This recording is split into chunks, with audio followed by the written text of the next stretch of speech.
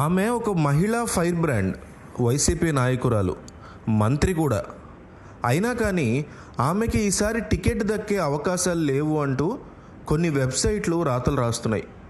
ఈ విషయాన్ని వైసీపీ విశ్వసనీయ వర్గాలే తమకి చెప్పాయని ఆ వెబ్సైట్లు మెన్షన్ చేస్తున్నాయి. ఒకవేళ ఆమెకి టికెట్ ఇచ్చినా సొంత పార్టీ నేతలే పనిగట్టుకుని ఓడిస్తామని సీఎం జగన్మోహన్ రెడ్డి వరకు వెళ్ళారని, ఓడించి తీరతారని నివేదికలు కూడా జగన్మోహన్ రెడ్డి వరకు వెళ్ళాయని అంటున్నారు.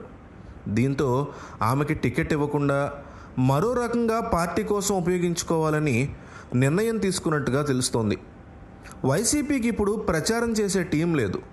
గతంలో జగన్మోహన్ రెడ్డికి తోడుగా తల్లి విజయలక్ష్మి, చెల్లి షర్మిల ప్రచారం చేశారు. ఇప్పుడు ఇద్దరు కూడా అవైలబుల్గా లేరు.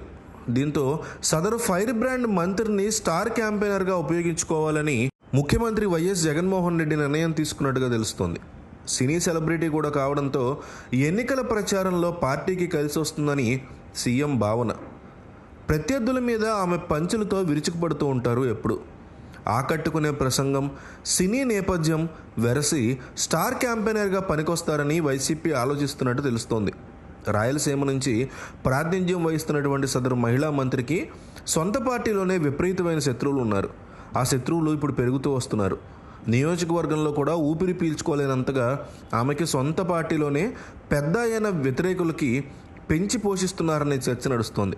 దీంతో సదరు పెద్ద ఆయనకి జగన్మోహన్ రెడ్డి ఒక పక్క సర్ది చెప్పలేక, మరో పక్క ఫైర్ బ్రాండ్కి సర్ది చెప్పలేక ఆమెనే ఎన్నికల పోరు నుంచి విరమింపజేయడానికి నిర్ణయం తీసుకున్నారని తెలిసింది.